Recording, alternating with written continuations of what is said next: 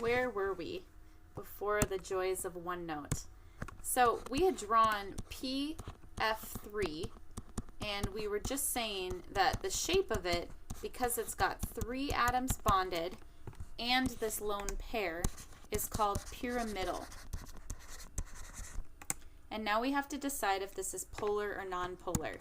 So phosphorus is 2.19 and fluorine is 3.98. So this is a big difference in electronegativity, bigger than 0.5. So that means these fluorines are going to be pulling electron cloud away from the phosphorus, leaving the phosphorus partially positive and each of these fluorines partially negative. So yes, definitely a polar molecule. And the next one, OF2,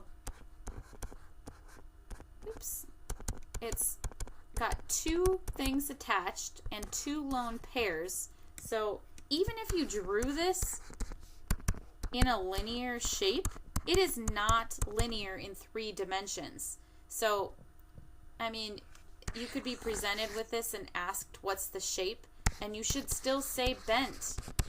Again, it's because of those lone pairs repelling these other bonded pairs away, right here and right here. Oops. So, because that fluorine is more electronegative than the oxygen, these fluorines are each going to have a partial negative. The oxygen is going to be partially positive, and this is again another polar molecule. So how do you decide between polar covalent, nonpolar covalent, and ionic? Well, it's pretty easy with ionic. The difference in electronegativities is greater than 2.1, but the biggest giveaway is that it's not nonmetals. It's a metal and nonmetals.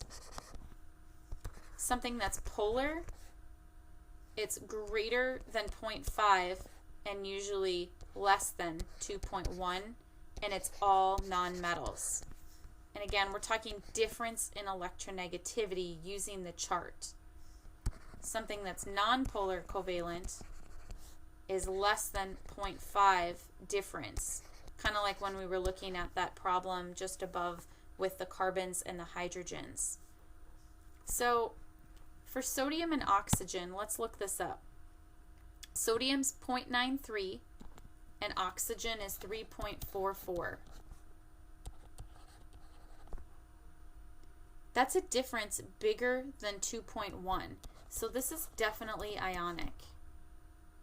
Oxygen and oxygen, the difference between 3.44 and 3.44 is 0. So this would definitely be nonpolar. There's no partial charges. There's no atom that's quote unquote winning and pulling electron cloud toward itself. Phosphorus though, 2.19 and oxygen 3.44, that's in that range. It's like 1.25 difference. So this is definitely a polar covalent bond. How about going back to just figuring out the molar mass? Well, you've got to use the periodic table, and you've got to look at the numbers at the bottom of the squares. For example, carbon is 12.01. And so we've got to add up 6 times 12.01 plus, there are 12 hydrogens, each which has a molar mass of 1.01, plus 6 times 16 for the oxygens. That's a molar mass that comes out to be 180.18 grams for every 1 mole. Something with a lot of parentheses can seem a little tricky. It's nice to write them out, like NH4 I'm just going to write 3 NH4s and then an extra nitrogen. So we're working with 4 nitrogens and a total of 12 hydrogens. So I've got to add that together.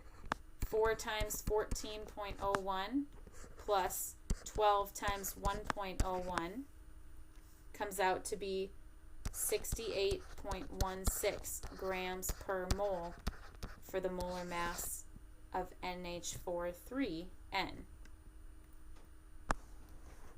What if you want to know how much a fraction of a mole of something weighs?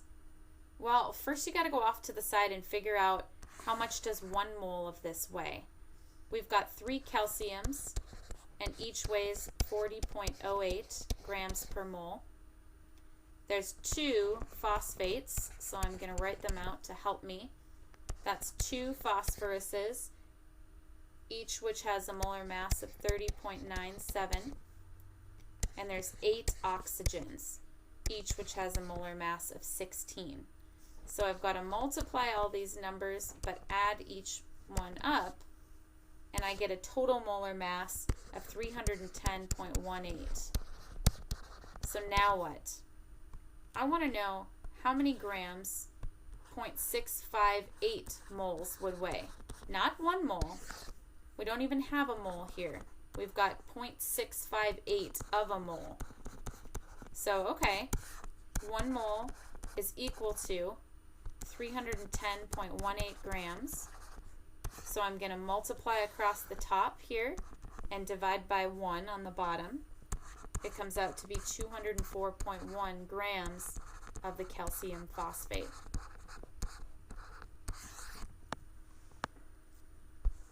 Let's talk about forces between molecules. It's nice to kind of draw them out first. So for the first one, we've got carbon dioxide. Oops. Now, this molecule definitely has polar atoms in it, but it's linear, so they cancel out. So these are non-polar. There's no partial charges on the molecules.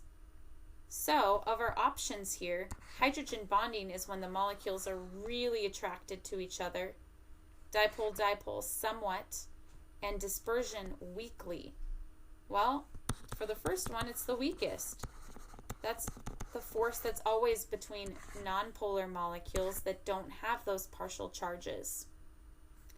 How about CH4O? I'm going to sketch it out, and I can see that this is definitely going to be polar because, like we talked about before, this oxygen is going to be pulling electron cloud away from the carbon and the hydrogen. So if I have another molecule of its same type nearby, I can see that the oxygen of one is going to be really attracted to the hydrogen of another. We had a rule that molecules that have a hydrogen bonded to an F, an O, or an N, chemistry is fun, have the strongest type of forces between those molecules. So powerful it has bond in the name. Even though it's not a bond, it's an attraction between entire molecules. And then the last one, CH2O. This is definitely polar here. We've got carbon and oxygen, and so another molecule nearby would be attracted, but not as strongly. Again, that's because there's no hydrogen directly bonded to an H, an O, or an F, an O, or an N. So this would be the medium forces, the dipole-dipole. Still polar molecules, but not superpolar molecules like these examples here. Last question before we move on to semester 2 material. Which one of these would be harder to boil and why? Well, which molecules would be attracted to each other more? If I had a bunch of these guys or a bunch of these guys? The answer is the second one. And here's why. Again, that oxygen here is going to have a partial negative because it's pulling electron cloud away from the hydrogen and the carbon.